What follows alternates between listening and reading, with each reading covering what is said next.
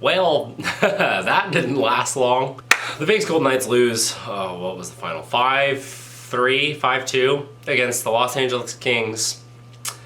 Yeah. Honestly, this game was a roller coaster for a bit because in the first period, LA is out shooting Vegas at like the 15-minute mark, 9-1. They took one of those shots away, and then it was like 8-7 going into the second period because Vegas got back-to-back power plays after giving LA back-to-back power plays. And of course, it's the second power play that LA scores on. The first time they've scored on a power play in like 10 games, not a big deal, right? But superstar Trevor Moore deflects a Byfield shot in, and that's not great, but it's a deflection. What are you gonna do?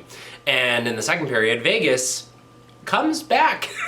In the, I think it was first intermission or over the first period, they were talking about how there's the Norris Defenseman Award, you know, I promise this is relevant, that has been recently awarded to just the best offensive defenseman. But there could be 3 defensive trophies in the league for defensemen. You know, the Norris, which could just be like best overall, and then the Bobby Orr for the best offensive defenseman, you know, so that they have their own award. And then, I can't remember, it was Bobby Clark or something. I genuinely cannot remember what, but for the best defensive defenseman, you know, shutdown. And they were saying Brayden McNabb for that award on Vegas, who could go for that. And then Brayden McNabb scores one of the prettiest goals I've ever seen in my life. Is that a little bit of hyperbole? Yeah, but no, my dude, bro, Brayden McNabb can rip beautiful goals. He doesn't have a ton, but all of the ones that I've seen are just phenomenal. He's got that toe drag release, beautiful snipes that he's done several times in the last couple of years. And then this one where a drop pass from Hurdle and he just wires it off the bar in. The most beautiful ping you've ever heard in your life off that bar, and McNabb ties the game 1-1. And then with a couple of minutes left to go in the second, Noah Hannafin on the point, skates towards the middle, grabs the puck, wires it on, Mark Stone tips it, and it goes in, and it's a 2-1 Vegas lead. They came back, they were looking good, and I didn't even get to watch the first goal that LA had to tie it in the second because it happened so quick. Oh, what in the world? How did that happen? Darcy Kemper and it just goes right by Petro.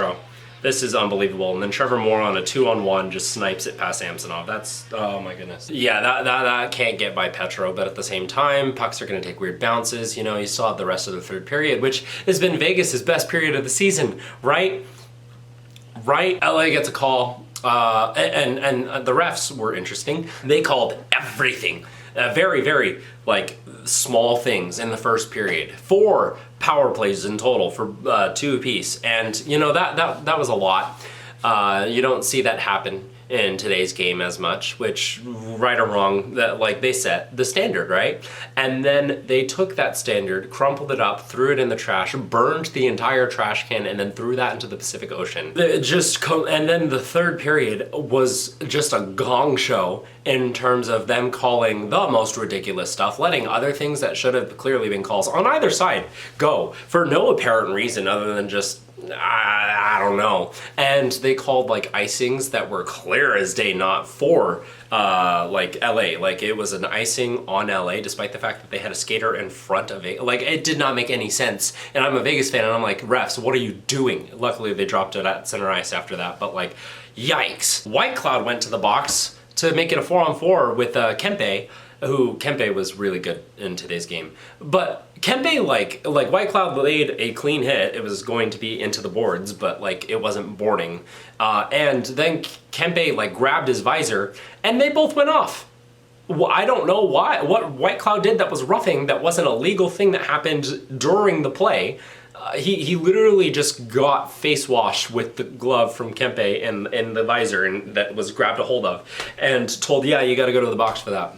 I don't know how at all those things were similar enough that they warranted the same consequence, but whatever. I'm not blaming the refs. Sorry, cutting away. I just am like befuddled and confused, and everyone watching that game probably should have been about what the refs were doing.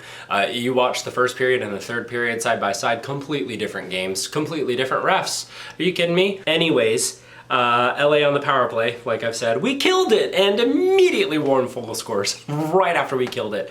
And it was a big kill from Vegas too, but no, LA gets the lead back 3-2, and then they go back and they score again. Joel Edmondson, the defenseman, Joel Edmondson, who also could have been a defensive defenseman, you know, there, but no, he scored a goal, and that's just great. And at that moment, because of how they played after they took the lead, the LA Kings, I kind of was like, you know, that probably seals the deal there. 2-goal lead when they were smothering Vegas. Vegas was unable to get any offensive zone time with possession of the puck. Like the times that they did get in, it was a dump and LA grabbed it and it was out. They were breaking up passes, breaking up plays, like players at their defensive blue line, and did a magnificent job of that, so that when Joel Edmondson scored to make it a 2-goal game, 4-2, I was like, yeah, that's probably it. And then they make it 5-2. Kevin Fiala, this goal was filth. Like, seriously, props. Oh my goodness. He gets the pass, skates in, goes backhand, roofs it over Samsonov, and it's a 5-2 game. And the LA did win 5-2. And I'm disappointed, but also just I don't know what happened. Vegas just completely collapsed in the third period. At least the 4 goals that we allowed in the third period to blow a lead didn't come all on one penalty kill and to lose a game 7, you know? Also, at least we were able to tie that game back. So, you know what? I don't know. Seriously, hats off to LA for that game. They played a beautiful third period.